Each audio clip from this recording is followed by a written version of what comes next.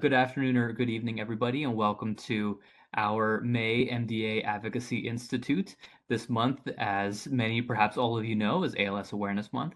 As a result, in recognition of ALS Awareness Month, we at the Muscular Dystrophy Association wanted to spend an hour or so with you this evening to discuss ALS policy updates, what's been going on in the context of ALS and public policy on Capitol Hill, as well as in the administration within the NIH, within the FDA and beyond. I am Paul Melmeyer. I'm going to be your host for the evening. I am the Executive Vice President of Public Policy and Advocacy at MDA. So this is what the evening ahead looks like for the next little bit. We're going to start with just a few notes on housekeeping, and then I will introduce you to the panel of experts that is coming to you this evening.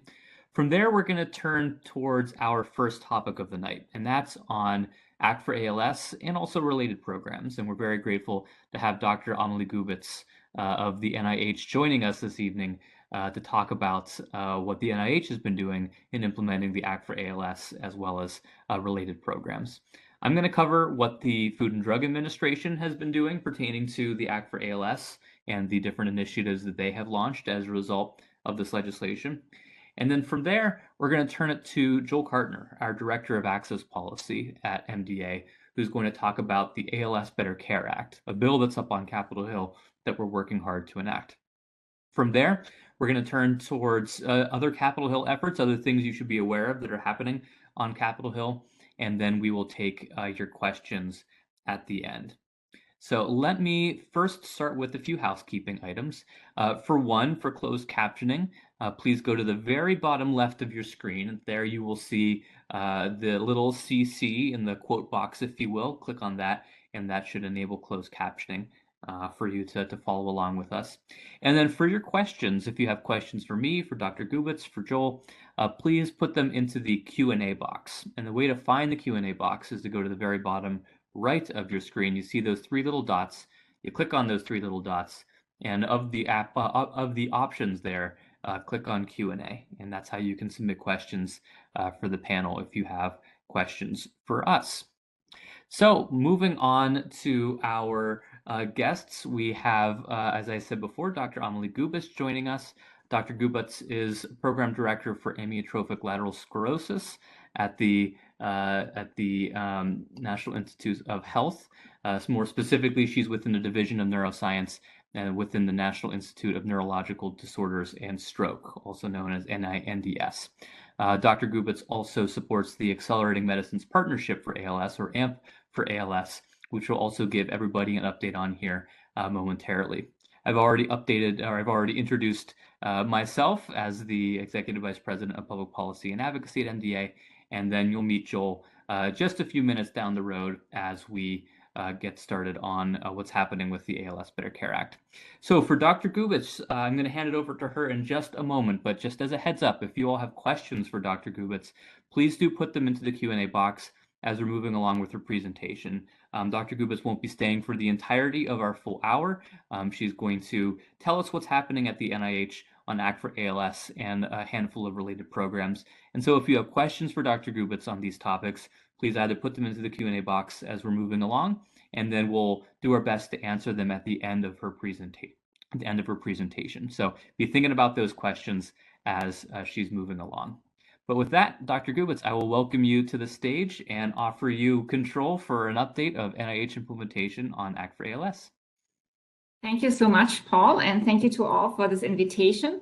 My goal is to give you just a brief summary and overview about activities at NIH to implement the Act for ALS legislation. Next slide, please. So I wanted to start with a number slide, and what I wanted to highlight is that outside the Act for ALS appropriations that NIH was really fortunate to receive in fiscal year 22, 2023, and also 2024, we have a very rich and vibrant ALS research portfolio.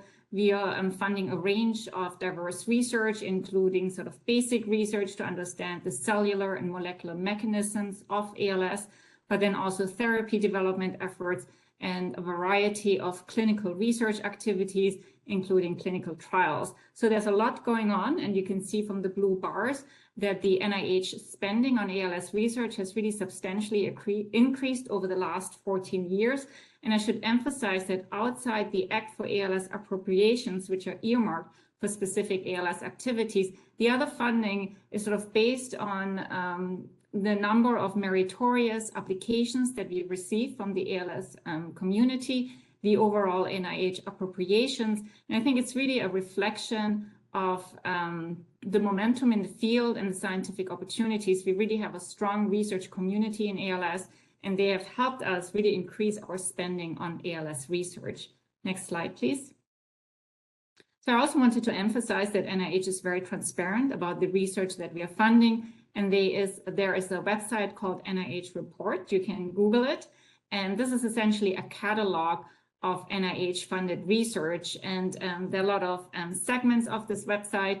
And there is one section called Categorical Spending. That's sort of my favorite section. And if you click on that, it's sort of this dollar figure at the bottom. Then you can sort of see NIH spending on over 300 different research and disease categories. I should emphasize not all diseases are cataloged at that website, but fortunately research on ALS is cataloged, which gives us really sort of precise numbers in terms of the NIH spending in ALS research over the years. So these are just screenshots that I took last night. And these are the numbers that I used on my previous slide. So you can see in 2019, we spent about $105 million on ALS research. And in 2023, and that number just got released because it's been finalized, it was $219 million on ALS research. And this includes the Act for ALS appropriations that we have received. And in fiscal year 2023, that was $75 million. So that's a very, very generous appropriations for these activities. So I think, yeah, next slide, please. So I'll now move on to describing our access to critical therapies for ALS Act, or Act for ALS implementation activities. So this law has multiple provisions or sections, and two of these sections are directly relevant to NIH. So one section is Section 2, and Section 2 calls for the establishment of a grant program to fund scientific research to use utilizing data from expanded access study for people with ALS who are otherwise not eligible to participate in clinical trials. And many of you likely know that the inclusion criteria for clinical trials, they're oftentimes very stringent. And I should emphasize, this is not something that the FDA defines or the NIH defines. It's the clinical trial sponsors who define the inclusion criteria. But the problem is that trials oftentimes only include patients that are sort of earlier in the disease, which means that a fairly large segment of the population of people who live with ALS, that they're not able to participate in clinical trials. So the intent of the Expanded Access Program is to provide an avenue to give access to people who can't be in trials to get access to investigational therapies. Next slide, please. So this slide is just a little bit more detail about this part of the law. And there are a couple of stipulation and criteria that are written into the law. It's not something that NIH came up with. These are from our congressional appropriations, but I should say that these stipulations and criteria actually make a lot of sense. And they sort of are allowing us to implement this program quite successfully. So one requirement is that the investigational therapies that are being made available through the expanded access studies, that they have to be in parallel in a phase 3 or at least a phase 2/3 clinical trial. And these are sort of the standard clinical trial that support regulatory assessment with by the FDA. And usually these type of clinical trials also have a placebo group. And I also wanted to emphasize that expanded access is regulated by the FDA. So an expanded access study can only move forward if the sponsor has received authorization from the FDA on an expanded access investigational new drug applications. So it's a little bit bureaucratic, but it's sort of a way to safeguard that everything is in order and the study can move forward. And as I mentioned earlier, the participants to be enrolled, there must be individuals that can otherwise not participate in ALS clinical trial. And for the NIH program, it was also very important that the applications address a specific scientific research objective. And we feel that actually a lot can be learned from these expanded access studies. So examples are that we can collect data about disease progression. We can collect new data about biomarkers. We can also get data on real-world efficacy and safety. We can get information about the mechanisms of action of the investigational agents that are being tested. And we also can test novel research methodologies and tools. So a lot can be learned from these expanded access study. And the graphic on the left just shows you how the expanded access study run in parallel to either phase 3 efficacy trials or slightly earlier stage phase 2/3 clinical trials. So next slide, please. So currently NIH has 3 active expanded access studies in ALS. One is called, on an agent called predobitine. So this is a small molecule, and it is thought to have both neuroprotective actions, but also support the connectivity between neurons through a process called synaptogenesis. And this is an investigational agent that can be given orally, including through feeding tubes. And in this particular study, it's been given over 24 months. And this study is using a sort of fairly large clinical trial network where they are already seeing ALS patients. Then our second study is on a completely different investigational agent. So this is a cell product, and the cell product are regulatory T cells. And this is sort of a really interesting agent. So these T cells are being harvested from the study participants. They are then cultured in a dish, and they're sort of somehow modified. And then after they have been modified, they are being administered back into the same study participants through infusions. And in this particular study, the participants will receive 4 consecutive infusions of the cell product over 6 weeks. So this is a little bit more involved than just taking, for instance, a tablet. So this is why the enrollment in this expanded access study is a little bit smaller, but still this will be really informative and be very exciting, and enrollment is starting this summer. And then the third study is, again, an orally available agent. So this is a cell-penetrant gold nanocrystal agent. And the idea here is that these gold nanocrystals function as catalysts for metabolic energy reactions in the cells. And here enrollment is across a number of sites, across a network.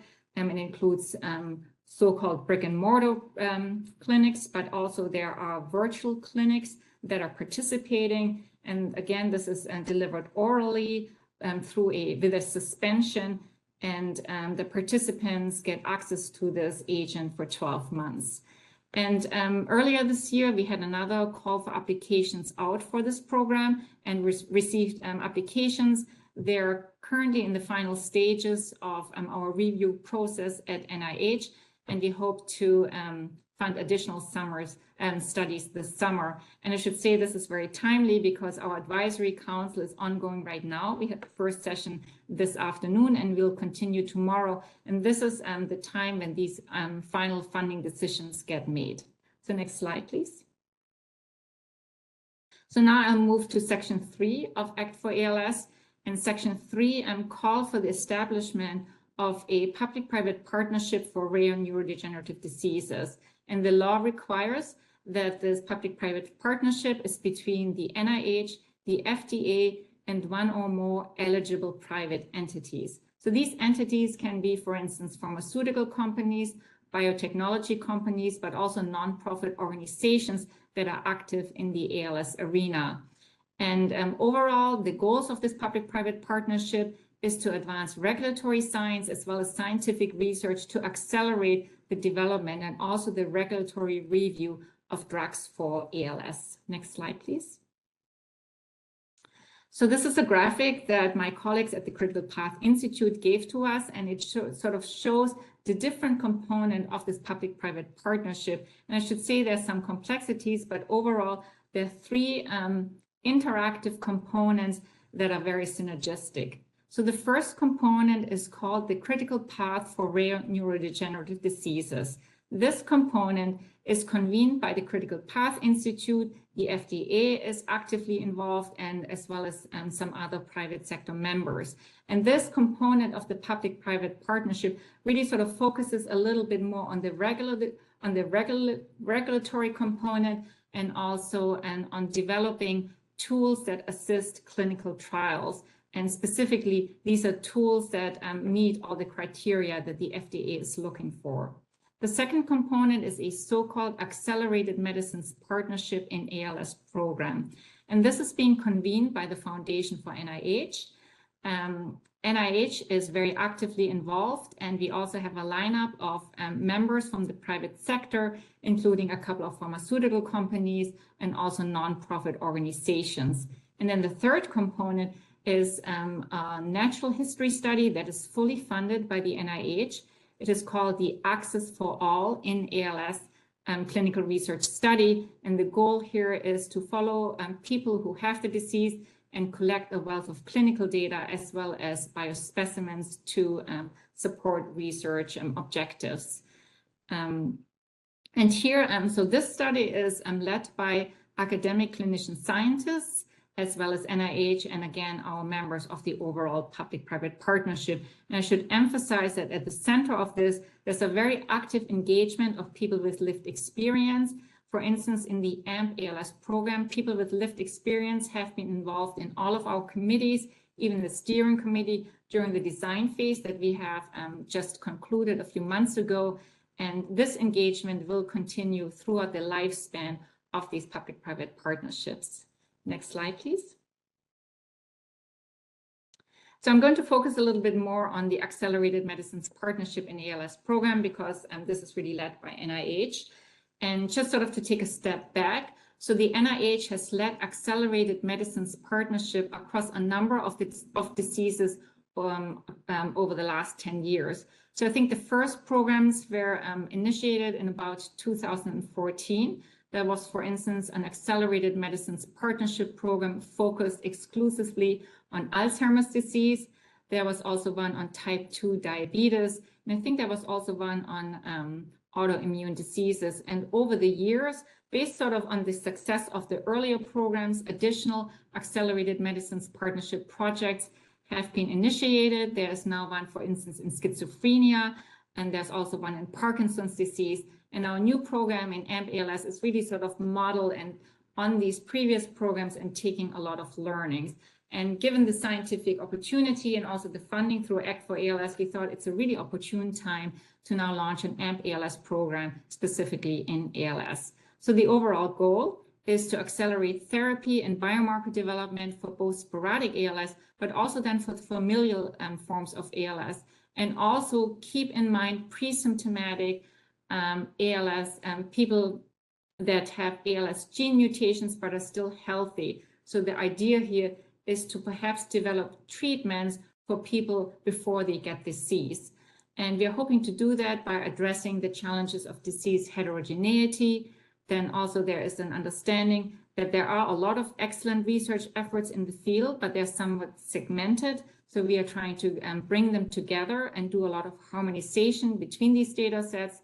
And then also we want to do a little bit better in terms of standardization of the clinical tools that are currently in use.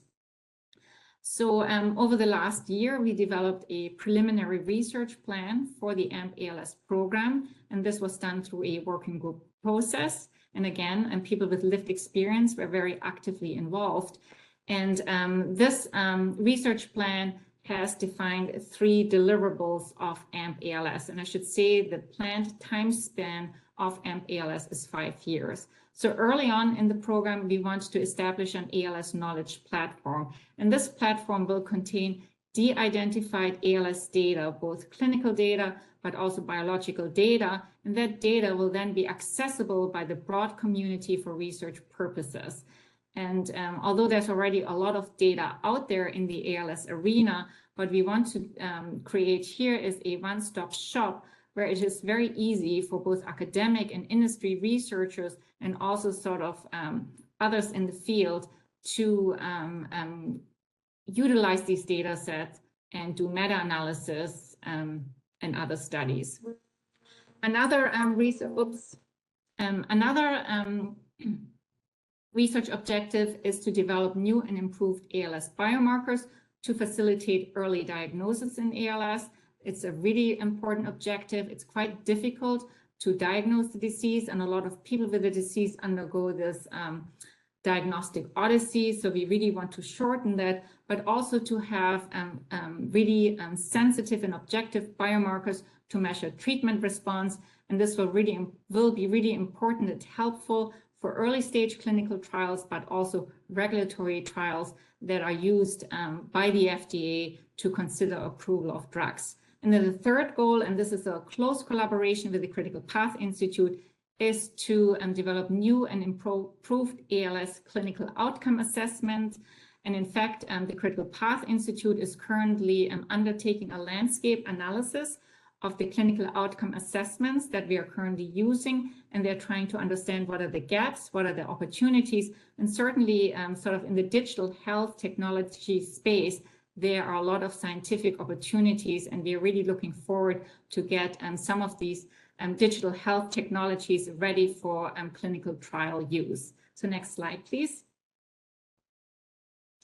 So, and this is the third component, just a brief synopsis about the Access for All in ALS Clinical Research Consortium. So this study is already funded. We released an award at the end of 2023.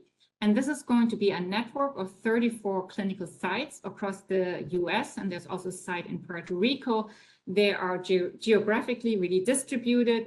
We paid a lot of attention to have sites in areas with a high representation of communities that have so far been sort of underserved in ALS research, and that also includes rural communities. And we are going to do that through remote enrollment. And the objective is to enroll several thousands of participants with ALS or participants who are at a genetic risk for the development of ALS, but also healthy controls. And we are planning to collect a broad array of clinical data, but also biospecimens, for instance, blood samples, to enable molecular research on biomarkers and new therapeutic targets. And this research is then going to support the research objectives of AMP-ALS. So the All-ALS study is going to help us to achieve the goals of AMP-ALS. And we are also keeping an eye on already ongoing clinical studies. There are a number of active studies. It's really important to us that these studies sort of are harmonized, have similar outcome assessments, so that we can compare the data and sort of increase our power on our sample numbers by combining the results from these various studies. And in terms of the status, so the award was made at the end of 2023. Then preparatory activities are currently underway. So for instance, the clinical protocols are being finalized, and we are planning to start the enrollment in July 2024. So next slide, please. So this is just an overview of the All-ALS study participants. So we will include in the study people who are currently living with ALS, and they will participate in the study either by visiting the clinics, and this is about every 3 to 4 months. But they can also participate remotely, so they can stay in their home, but data will be collected from these participants through remote tools, various digital health technologies. So there's a lot of new opportunities to make these studies available to a larger number of people who currently live with the disease. And we'll also collect blood samples from our remote participants by visit through phlebotomists. Then, as I mentioned earlier, we are also enrolling people who are at a genetic risk for developing ALS, but are still asymptomatic. And again, some of these individuals will come to our clinic. This will be based on a yearly basis, but then we'll also have participants who are in the study through remote participation and the use of digital health technologies. And then finally, we are also going to enroll healthy control individuals. This is really important for any scientific study. You always need a control cohort as a comparator. And next slide, please. So this is my last slide, and I just wanted to wrap up to show you a little bit the connectivity of sections 2 and 3 of Act for ALS, and then also the deliverables and outputs. And this is a very busy slide. I really want to just direct you towards the outputs and the goals, because these are the most important considerations. So in terms of the outputs, through our public-private partnership, we hope to identify novel therapeutic targets as well as risk factors, because this is something that we are also collecting environmental risk factor data. And here we are going to collaborate with the National ALS Registry of the CDC. We also have to hope to develop new biochemical and digital biomarkers, as well as clinical outcome assessments. And then the Critical Path Institute is going to work on clinical trial simulation tools. So these are mathematical models that are going to help us with clinical trial design. And the Critical Path Institute is also very active to advance various aspects of regulatory science for ALS. And then in terms of the goals, and this is sort of, where the rubber hits the road. So we want more efficient clinical trials in ALS. We want ways for an earlier and better diagnosis. We certainly are in dire need for more effective therapies. We also want to develop prevention strategies, including for people who are at genetic risk. And overall, we really hope to get to longer and better lives for those who live with the disease. So this is my last slide, and I just have one more to show you the overall team of my colleagues at NINDS who work on our various ALS programs. Some of us work full-time on ALS, others do it amongst many other activities, but it's highly collaborative environment. I interact with my colleagues sort of on a daily basis. Everybody is really motivated, and we've really sort of all benefited, and we've all been energized by the Act for ALS legislation, but also the growth of our overall portfolio. So thank you all, and if there are any questions, I'm happy to try to answer them. Yeah, thank you so much. You can see email addresses. Feel free to email any of us. We are always available to answer questions. Awesome. Thank you so much, Dr. Gubitz. This was a fantastic presentation. Really shows the depth and the breadth of the work that you and your colleagues are undertaking for those with ALS within the Division of Neuroscience within NINDS, but really, as you say, the full team here for folks to see. We have, I'd say, 2 questions for you, if you don't mind. I'm going to start with one just about whether the team here works with those of your colleagues in the Heart and Lung Institute pertaining to the respiratory aspects of ALS, and if there's coordination around the funding of research within NINDS, within other institutes that also may be working on ALS-related experiences.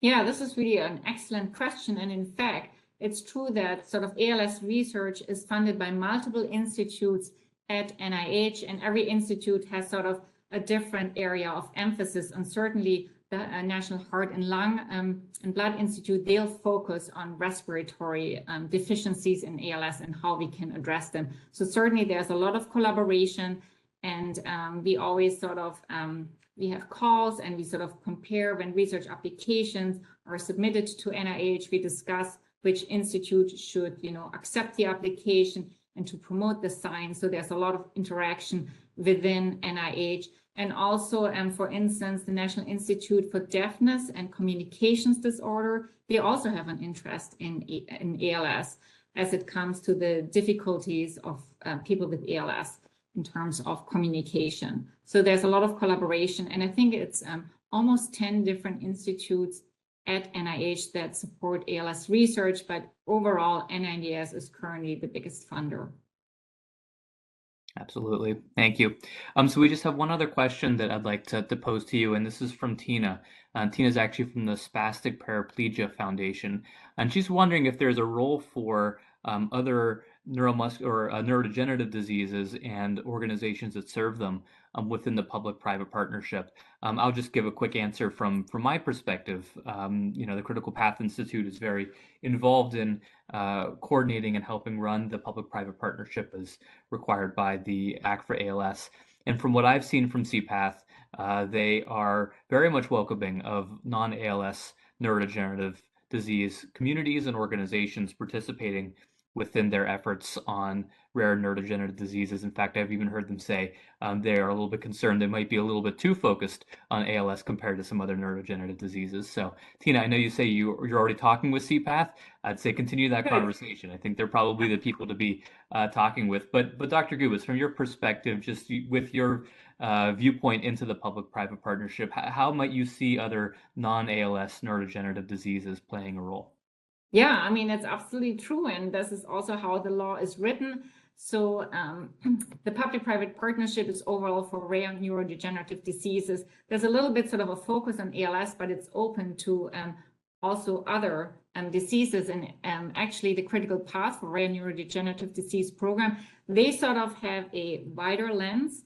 So I think they're also looking at diseases like Huntington's disease, ataxias, and I think some of the methodologies that they are planning to develop will be applicable to a broader range of diseases. So in terms of advancing regulatory science, I think these advancements will inform a whole range of rare neurodegenerative diseases, but also the clinical trial simulation tool. So I think there's already one in Huntington's disease. So we are trying to sort of learn how can we apply this to other diseases. So certainly some of the FDA activities under the Act are much broader than ALS, and also what the Critical Path Institute is moving forward. I think at NINDS, we have been a little bit more ALS-centric, but I should mention, though, that many of these rare neurodegenerative diseases are supported through NINDS funding. We have a very active program on a whole host of rare neurodegenerative diseases. I have many colleagues who work on them. So overall, NINDS is also broader, but AMP-ALS right now only has the focus on ALS. Yeah, absolutely. Question. Yeah, an excellent question, absolutely, from Tina. I'll just put the last call out there for any further questions for Dr. Gubitz. I'm going to answer one that is in the chat, and that is about funding levels for the CDC ALS registry and the DoD ALS research. I can answer that for fiscal year 2024, the year that we're in right now, the CDC ALS registry was funded at $10 million for the fiscal year. And the DoD ALS research, the congressionally directed medical research program that will fund research within ALS, is funded at $40 million per fiscal year. I'll also say that we joined with the ALS Association, with IMALS, with others in the ALS advocacy community to ask for increases. We asked for $15 million for the CDC ALS registry, so from 10 to 15. And then we actually asked for a doubling of the DoD ALS research funding from 40 million to 80 million for fiscal year 25. That the one that is starting in October and going through the following September. Congressional appropriators are working on their appropriations bills right now, so we'll see if or how they land on those figures. But those are the current figures, and those are the figures that we're asking for. Okay, let's see here. I see one additional question here from Omar. Omar says the Act for ALS is really exciting for basic and translational research. What is the greatest promise you see coming out of this Act and the related efforts? So that's a big question to try to tackle there, Dr. Gubitz. If you had perhaps the biggest thing that you could potentially see coming from the Act for ALS, what might you put forward as that thing? I mean, what I think is really sort of exciting is sort of this approach of pre-competitive science. So advanced research goals that will sort of help the whole ALS therapy development process, so that companies then have all the tools available to expedite therapy development, and that some of the barriers that currently are out there, that it's sort of difficult to measure treatment responses, that it's really difficult to get early and accurate diagnoses. These are sort of barriers for anyone who wants to develop therapies for ALS. If we find solutions and better tools to overcome these barriers, the whole ALS field will rise. Any company, large or small, also academic investigators and others, will be able to accelerate their therapy development efforts. And I think also expanded access is sort of really novel. NIH has never done it. So of course, there's also some excitement there that we're sort of trying something very new and different. So I think all aspects of Act for ALS are innovative, exciting, and we're really looking forward, especially sort of, moving forward with the public-private partnership over the next 5 years. I think there'll be very tangible deliverables. Yeah, that's very well said. I would just add that from the success that we've seen in cancer and HIV, of course, most recently within COVID, a lot of that success has been kind of everybody within the ecosystem getting around the same table, tackling the challenges together, and really consequently making a great amount of advancement within each of those diseases. This is the kind of effort within ALS that could lead to that kind of acceleration of a host potentially of therapeutic interventions being available down the road, because there was this concerted collective effort similar to what we've seen in other disease areas over the last couple of decades that has resulted in similarly transformative results there. So tell you what, I think we'll leave it at that for Dr. Gubitz. Yes. Thank you again, Dr. Gubitz, for joining us this evening. It's been such a privilege to share the virtual stage with you, and thank you for the time. And with that, we'll let you get back to thinking about the council discussions that I know are happening this week. So thank you again for your time this evening. Yeah. Thank you so much, all, and have a good evening. Bye-bye. Thank you. Okay, so as Dr. Gubitz was mentioning a handful of sections within the Act for ALS, she was focused on the two that most directly impact the NIH, those being the Expanded Access Grants Program, but then also the Public-Private Partnership. There are additional sections within the Act for ALS that are more focused on work that the Food and Drug Administration does. And I'm going to start with Section 4 of the Act for ALS, which is on the Rare Neurodegenerative Disease Action Plan. And what this plan is, and it was published in the summer of 2022 as mandated by the law, is a requirement for FDA to put forward essentially the 5-year plan that they will work under to try to accelerate the development and from their regulatory consideration of new therapies for neurodegenerative diseases, not just ALS, for all neurodegenerative diseases. So they published this plan in June of 2022, and they kind of lay out what they expect to happen over the ensuing 5 years. For one, they mentioned that they're going to create a couple of coordinating bodies within the FDA. There's a cross agent or cross division, cross center, I should say, that's the word I was looking for, cross center coordinating body on rare neurodegenerative diseases, in which everybody who works on these diseases within the Center for Drugs, the Center for Biologics, the Center for Devices can get together and talk about neurodegenerative disease efforts across the 3 medical centers. And then within that, there's also a working group specific to ALS. The plan, though, from there says that what FDA will do from there is create what they call science strategies. And what a science strategy is really a comprehensive plan for tackling these individual rare neurodegenerative diseases within the scope of what the FDA can potentially tackle. So within this action plan is the science strategy for amyotrophic lateral sclerosis. What FDA says is we're going to start with ALS, we're going to publish and then work on the science strategy for ALS, and then we're going to see how that goes. We're going to take lessons from that, we're going to see what works, we're going to see what didn't work as well, and then we're going to, from there, implement science strategies for other rare neurodegenerative diseases. So within the ALS science strategy, as I already said, the internal working group for ALS is already up and running, and that working group meets fairly frequently within the agency. And then there are a number of other initiatives that they're pursuing pertaining to endpoint and biomarker and surrogate endpoint development, pertaining to natural history data collection, which I'll come back to in a moment, pertaining to collecting patient experience data from those with ALS, pertaining to work specific to cell and gene therapies within the context of ALS, and more. And a lot of this admittedly is happening behind the scenes. I've reached out to FDA for greater clarity on, go back to the last slide, for greater clarity on exactly the specifics of where things stand within the goals for ALS within their science strategy. And they did say a number of things are happening, one of which is to be working with partners to actually be funding alternative endpoint development for the ALS FRS.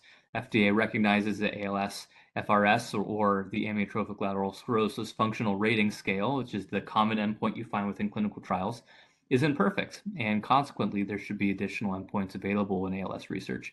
So that's one example of something that the FDA, under the context of this plan, is conducting conversations and funding research to further alternative endpoint development, so that ALS FRS isn't relied on quite as extensively as it currently is in clinical trials right now.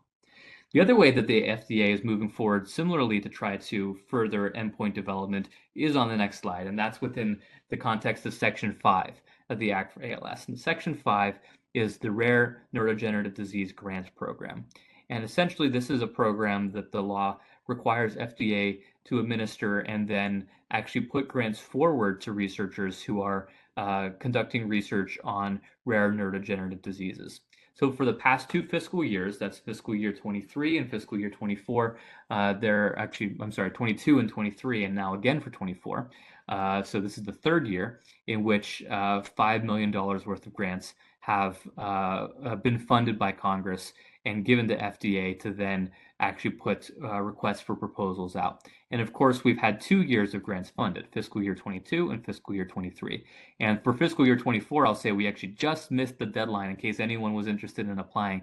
May 6th was the deadline to apply for funding for fiscal year 24 dollars, which is at least $5 million. And I'm still trying to figure out if FDA might have snuck in an extra $2.5 million there for up to $7.5 million of grants. We'll find out a little later this year when they announce the grant recipients. That usually happens in September of each year. But just to give you a quick sneak peek at what was within the last 2 years of funding, so $10 million in total funding, there were grants for further research on computer-brain interfaces within ALS. There were several grants on biomarker studies, natural history data collection, and actually this isn't just within ALS. While there are certainly a handful of studies specific to ALS within the context of biomarkers and natural history data and surrogate endpoint development, there were also similar studies within myotonic dystrophy, within a handful of other ataxias, within a handful of other neurodegenerative diseases that are not ALS. So again, goes to show that this law is actually not just focused on ALS, it's focused on the broader rare neurodegenerative disease population. And then additionally, there are studies being funded to be able to translate ALS FRS from the clinic to the home setting. So folks with ALS might still be able to participate within a clinical trial and have the requisite measures taken on the endpoints within ALS FRS, but have those measures taken at home rather than having to travel to the clinic to actually have those measures tested. So this is just a handful of the items that FDA has been funding within the Rare Neurodegenerative Disease Grants Program, and we're looking forward to seeing what they will fund going forward within this program. So that, by and large, is where we stand with the Act for ALS. We have, as you can see, a number of these initiatives all running in parallel and oftentimes crossing over and talking with each other. And we have high hopes for Act for ALS and what it's going to bring to not just those with ALS, but rare neurodegenerative diseases more broadly from here. So with that, we can move to the next slide. And I do believe I'm going to actually hand it over to my colleague, Joel Cartner. Joel, as I introduced earlier, is our Director of Access Policy here at MDA. He's been focusing on a different aspect of our ALS advocacy, this being the ALS Better Care Act. So Joel, can I hand it to you? Thanks, Paul, and hi, everybody. So, as Paul mentioned, I'm going to talk to you all about the ALS Better Care Act, and I'm actually going to start by preaching to the choir just a little bit to make sure that we're all speaking from kind of the same script here. So just as a reminder, what is the ALS Better Care Act and what is multidisciplinary care? So what the ALS Better Care Act seeks to do is it seeks to better reimburse multidisciplinary care for clinics. Multidisciplinary care is basically everything that isn't your direct visit with your neurologist or your RN. So things like PT, OT, speech pathology, mental health, swallow assisting, anything and everything kind of in that ancillary bucket is multidisciplinary care. The problem that clinics and therefore patients run into is that all of those ancillary services are not reimbursed under the Medicare program. So what that means for clinics is that they tend to provide at cost all of these PT, OT, speech pathology, et cetera, services, which means they run at a loss, which means that one, clinics are less likely to expand the amount of ancillary care that they offer, and other clinics are less likely to start multidisciplinary clinics. And that has knock-on effects for folks living with ALS as well. For example, clinical trials are less likely if these clinics are already underwater just trying to provide the care that they need to provide. They're less likely to then also foot the cost of running a clinical trial out of their clinic. Similarly, for patients, that means since there are less clinics, that means more travel time for folks living with ALS. I was actually speaking to some representatives today, and I gave them the example. I was talking to Representative Blumenthal, who's the Senator Blumenthal, who's the senator for Connecticut, and I told him, imagine that there wasn't a clinic at Yale and there wasn't a clinic in New Britain. That would leave a patient living in your state driving all the way to Boston, or flying, depending, all the way to Boston just to receive care multiple times a year, which of course, not only incredibly costly, but also incredibly risky for patients, especially as the disease progresses. So how does the ALS Better Care Act attempt to address those issues? In broad strokes, what the bill tries or is looking to do is it would set an $800 reimbursement rate for all of these ancillary services per visit per patient. That number was reached essentially by looking at research that's been conducted in the field to try and make sure that we're hitting the correct dollar amount, but then also past that first year, it directs the federal government to essentially continue to study how much these programs actually cost. And at that point, the dollar amount for reimbursement would either go up or down depending on what the actual cost tends to be. Hopefully that makes clinics whole, which again would hopefully incentivize them to, one, increase the amount of services that they offer, but then two, do things like participate in clinical trials, and hopefully also incentivize other clinics in states to open clinics of their own, giving patients more options for where they can receive care. So in terms of where we are with the bill right now, back on Rare Disease Day, so February 29th, the Health Subcommittee of the Energy and Commerce Committee held a hearing in which the ALS Better Care Act was a part of that hearing. We got some good reception there. Representative Schakowsky, who is the principal author of the bill on the House side, was able to give a speech for the bill. It went over very well. And so there's some solid momentum there. Also, fairly recently, there's been a Senate version of the bill introduced. And there's been some solid momentum, both from Representative Schakowsky, talking to her colleagues on the Senate side, but then also folks such as ourselves, MDA, the ALS Association, Liz Turner Foundation, holding meetings today, actually, on the Senate side of the chamber, trying to get the Senate Finance Committee to take up the bill and take up action. You'll notice that actually tomorrow there will be a hearing on a few other rare disease type bills involving Medicaid, things like that. The ALS Better Care Act was not included in that markup, which is the next step for regular order in passing through E&C, but in talking to committee staff today, they are hopeful that there will maybe be one more bite of the apple to get another markup in June. And then even if that's not the case, there's always, the hopes for lame duck as we move further into the year. And I'm actually going to stop there because I'm stepping on the next slide a little bit. So Jory, if you want to advance things, we can talk about where things look like for the rest of the year. Great, and I can get us started here. Thank you, Joel, for the overview on ALS Better Care Act. And this is our last slide, actually, of the evening. So if you have, I see a couple questions coming in the Q&A box. Thank you all for submitting those questions. If you have further questions, we'll hit the Q&A here in just a moment. But I did want to mention just a few of the other initiatives that are happening on Capitol Hill that we haven't had as much time to cover today. But there are a handful of efforts to accelerate the development and approval of new rare disease therapies, including ALS, ongoing up on Capitol Hill. One is called the Promising Pathway Act, and it would create kind of a brand new conditional approval pathway at the Food and Drug Administration that many in the ALS community would hope that would accelerate therapeutic development within ALS. As of now, the bill still has a little bit of a ways to go, if you will, in its construction and within its approach to be able to actually achieve that pretty big goal. So we don't know if Promising Pathway will actually move this year, or if it does, if it's going to have really the effect that we're hoping that it will. And consequently, we're working with our partners to try to see if it can get to a better place. But it definitely deserves a mention within the context of today's conversation. There's also the RARE Act, which is legislation that would fix a loophole within the Orphan Drug Act that incentivizes drug development within ALS. And that actually is on the list of bills that the Energy and Commerce Subcommittee tomorrow is considering within their markup, which is exciting.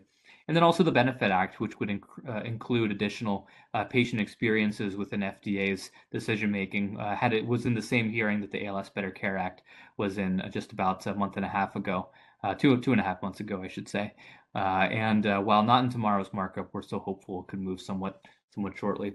Joel, I hand it back to you for efforts on increasing access for those with ALS, and specifically mentioning telehealth and home and community-based services. Sure. So if you guys have heard me talking about telehealth this year, you'll know that telehealth is kind of the big vehicle for what we expect to be the thing that drives adding a bunch of these other bills to a final package at the end of the year. During the public health emergency, Congress presented various flexibilities to allow a much broader range of telehealth services, both across rural and urban areas, and different kinds of providers that were allowed to provide telehealth services. All sorts of expansions happened during the public health emergency. Those extensions were extended one more time 2 years ago, and now they're kind of up again for extension once more. Because those extensions are so non-controversial, it's very likely that we will see a bunch of one big package of telehealth bills moving through Congress, and we're very hopeful that one, we can get those the best versions of those extensions passed, and things are looking very promising there in terms of who's allowed to provide telehealth, removal of things like geographic site locations, which has to do with where you can receive telehealth inside of a state, things like that. Things are looking very promising there, and also it should allow us to move other things through for final passage as well. And then home and community services. The big win a couple of years ago was getting a very large pot of money appropriated for what's called the Money Follows the Person program, which is essentially a federal pot of money that then gets passed to the states, which then gets passed to individuals to allow them to stay in their homes. That program continues to move along quite well and quite smoothly, which we're very excited about. And then Senator Casey has been continuing along his legislative priorities in continuing to introduce legislation to improve home and community-based services in general. He just introduced a few weeks ago a very large bill to bolster both the workforce and then also contracting services around workforce for HCBS, because as we know, the workforce issues in HCBS are primarily driven by the fact that those people that provide those services are not paid or trained particularly well. So again, trying to get them better trained and better paid so that they are more likely to stay in the mode of offering those services. So big things are continuing to happen with HCBS. It's probably more likely a next Congress thing in terms of getting it fully passed, but we are excited to see continuing movement in that area for sure. Awesome. Thanks, Joe. I'll just round this out with accessible air travel and accessible housing. For those of you who kept an eye on our social media or perhaps in your email inbox today, you may have seen that the FAA reauthorization and all of the accessible air travel reforms within actually passed the House of Representatives just this afternoon, just a few hours ago. And this is after the Senate passed their version last week. So we're actually not their version, the version, there's the same version that the Senate and House have now passed. And so consequently is headed to President Biden's desk, and we're expecting him to sign the legislation into law by the end of this week before the Friday deadline. And that means that by the Friday deadline, once he signs the legislation into law, we will have the most transformative changes to accessible air travel in nearly 40 years take effect in law. And that's a whole other conversation and a whole nother advocacy institute, perhaps, for us to walk through each of those again. If you want to see what was proposed within this legislation, you could go back to our advocacy institute from February, I believe, in which we went through all the different things that Congress was considering, and all those things are indeed about to become law just a few days from now. But this isn't the only effort that we have ongoing within accessibility and opportunity. We have access to an education, access to employment, access to a number of other related services within this portfolio. The one I want to call out is access to accessible housing, since we know this is something that can be challenging to those with ALS, oftentimes getting accessible housing, either retrofitting a current place or finding a new place that's accessible. We're supporting a bill called the Vital Act that would try to address this. That's also led by Senator Casey. So more on that another day, perhaps. But as you can see, there's a lot happening on Capitol Hill that would benefit those with ALS that we are tackling. So with that, I'm going to move to the final slide. Before we turn to the handful of questions, and thank you everybody for submitting those questions in the Q&A, just to say, please do visit us at mda.org/advocacy. You can learn a lot more about a lot of what we're saying, including ways to actually send a letter to your congressperson supporting the ALS Better Care Act. We have that opportunity on our webpage right now. If you want to contact us, if you have questions about what we talked about this evening or want to learn more about other things, feel free to shoot us an email at advocacy@mdausa.org. The team here monitors that inbox, so you can be sure that we're going to catch it and we're going to respond as best as we can. And if you're not already signed up for our advocacy network, if you want to be getting the action alerts, the monthly updates, the invitations to advocacy institutes, perhaps this is the first advocacy institute that you've attended with us, please text MDA USA to 50457 and that will get you signed up. Okay, so let's turn to the Q&A. We have 2 minutes left in our hour, so we're going to go maybe a minute or two over, but let's see if we can get to a handful of questions that we have here. The first I see is from Tina, and that question is, will FDA be able to award grants for 2025? So the FDA will award $5 to $7.5 million this September for research that will be conducted within the ensuing handful of years. So of course that research will continue into 2025. As for the fiscal year 2026, well, actually, no, let me rephrase that. As for fiscal year 2025, which starts in October, Congress still needs to appropriate those funds. That's what Congress is doing right now. And that's discretionary funding, so technically that's not guaranteed. If Congress chooses not to fund the Rare Neurodegenerative Disease Grants Program, or the Expanded Access Grants Program for that matter, going forward, then those programs won't have the funding to actually outlay grants or outlay expanded access. But it's a pretty bipartisan and well-supported program. So that would be very surprising if that happened. So very likely there will be funding for the program after this October going forward. There's a couple questions that Dr. Brooks, Benjamin Brooks, put within the chat pertaining to transportation to centers, pertaining to interdisciplinary versus multidisciplinary care. Joe, I'm wondering if you have any thoughts on the questions that Dr. Brooks has put into the chat. He's added one pertaining to Medicare Advantage plans having been setting up inappropriate requirements, bundling two types of respiratory therapy devices that improve survival, and what we're doing about that. So I will just start a little bit with the first question that Dr. Brooks posed pertaining to legislation for transportation to these centers. There are programs that pay for transportation to medical care, particularly within the Medicaid program.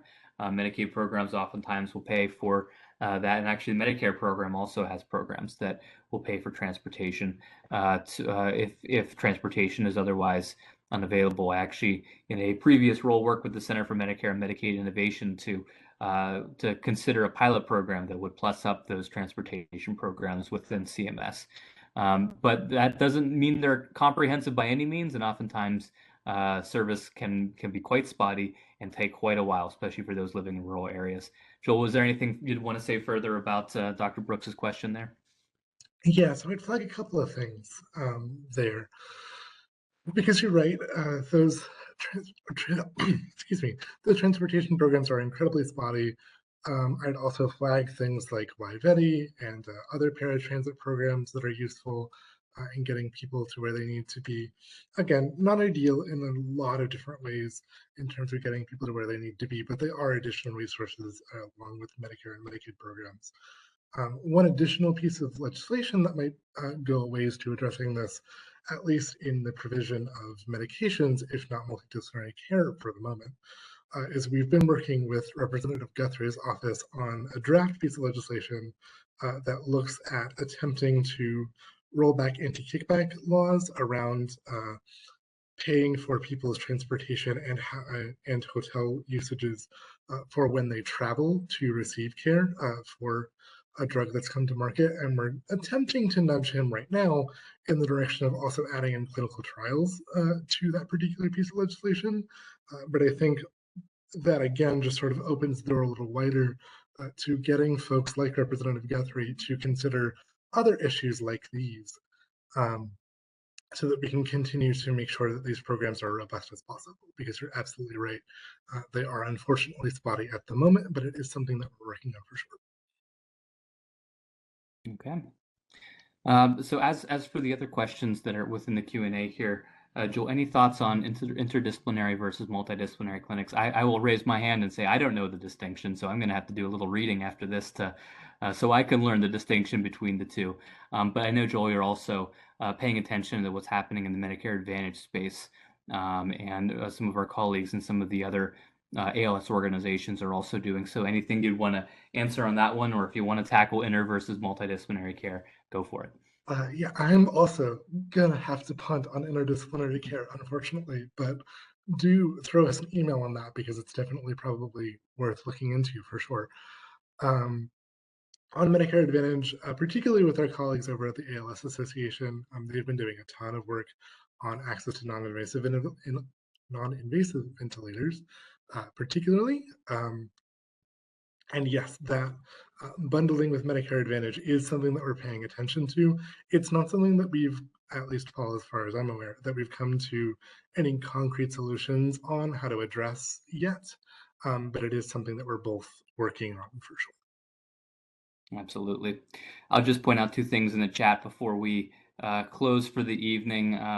One of our board members, John Howe, is attending tonight. Thank you, John, for attending. And he pointed out that the very first multidisciplinary care clinic within ALS was Dr. Stanapel's clinic down in Texas. Dr. Stanapel, of course, is also on MDA's board. So nice shout out for Dr. Appel and his trailblazing way of pursuing multidisciplinary Dr. Appel and multidisciplinary care. The only other thing I'd mention, there's a question on the chat about applying for the grants. We referenced two different grant programs tonight. The first pertains to research, and that is funded by FDA. And the grant program, the opportunity to apply for the grants, the window has officially closed. That closed on May 6th. As for the Expanded Access Grants Program, that's for individuals to receive expanded access, investigational ALS therapies outside of clinical trials. That access would go through the companies that are offering the expanded access product. So if there is a specific product that, Pam, you might be interested in seeking, start with the company. They'll be able to clarify if they are offering it via expanded access, and then if so, if the NIH is funding that access through their expanded access grants program. Okay, so I think with that, I know we're 5 minutes past the hour. I appreciate everybody staying just a few minutes over with us. Again, a big shout out to Dr. Gubitz for joining us. A big thank you for her, and a big thank you to Joel for offering your insights on ALS Better Care and also the other access legislation moving its way through Congress. I hope you are enjoying your ALS Awareness Month and all the events and other efforts that are in coordination with ALS Awareness Month. You'll see a lot more from MDA on that going forward. And I wish everybody a very happy rest of their Wednesday. Thanks, everybody. Thank you all.